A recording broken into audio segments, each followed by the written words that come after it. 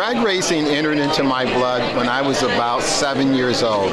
My dad was involved in racing as a hobby, and he had later become one of the best drivers. As a team, we won more races at the local Detroit drag race than anyone ever in history.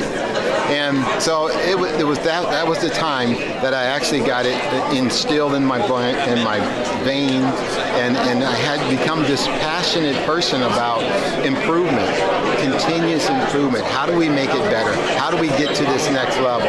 And my dad was happy as a hobbyist with it, but I was like wanting to go to this next level with it. I wanted to build our own engines. I wanted to design our own engines. I wanted to design parts. So it actually motivated me to go to college and get an engineering degree so that I could really begin to understand those attributes. I not only worked with my dad at home preparing the car. People often misunderstand at racing.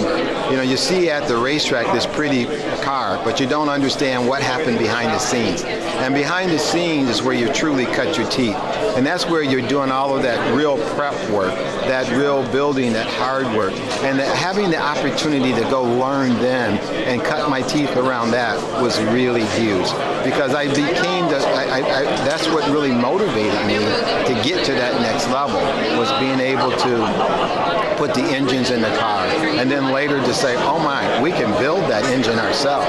Oh my, we can design that engine ourselves.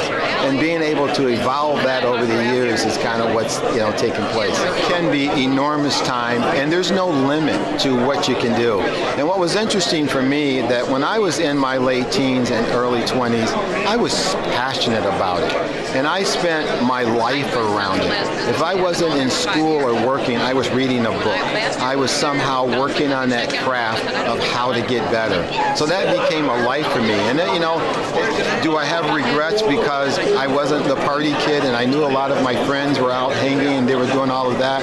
I don't, because I was actually working on my craft. I was believing that a dream could foster itself into something bigger.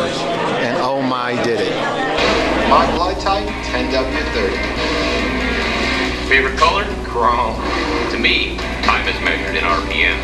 My first drag race was really interesting because it was, what I haven't lost today is what my dad was teaching me, and that was what to do if you're in trouble. Not as much what to do to accelerate, but he taught me about you need to blindfold yourself so that you would have an ability to find things in an urgent kind of a way if you had to in trouble.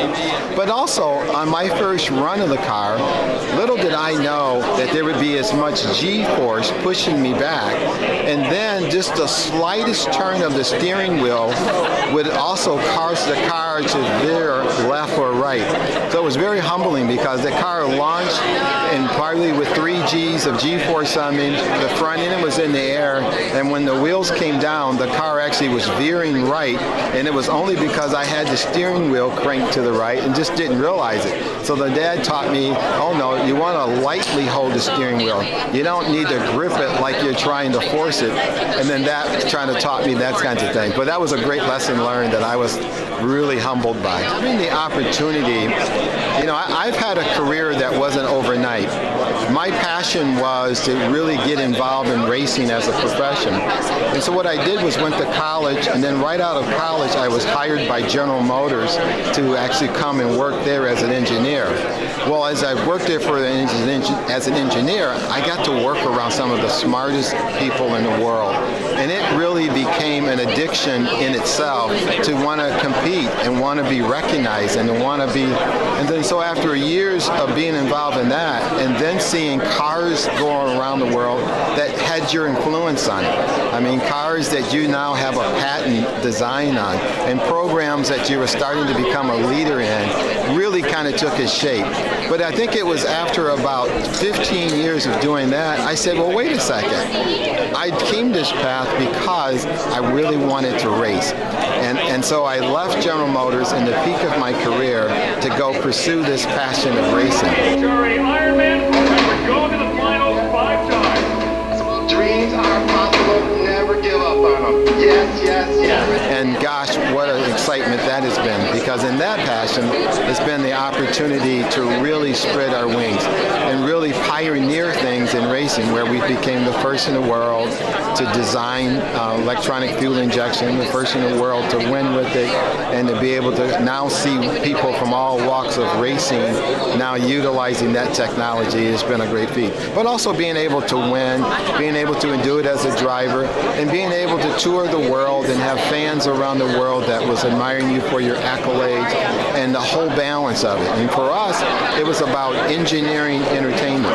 You know, we wanted to not just win, but we wanted to entertain the fans with engineering marvelness, with creativity and things of that nature. Every day I keep dreaming. Every day I keep visualizing.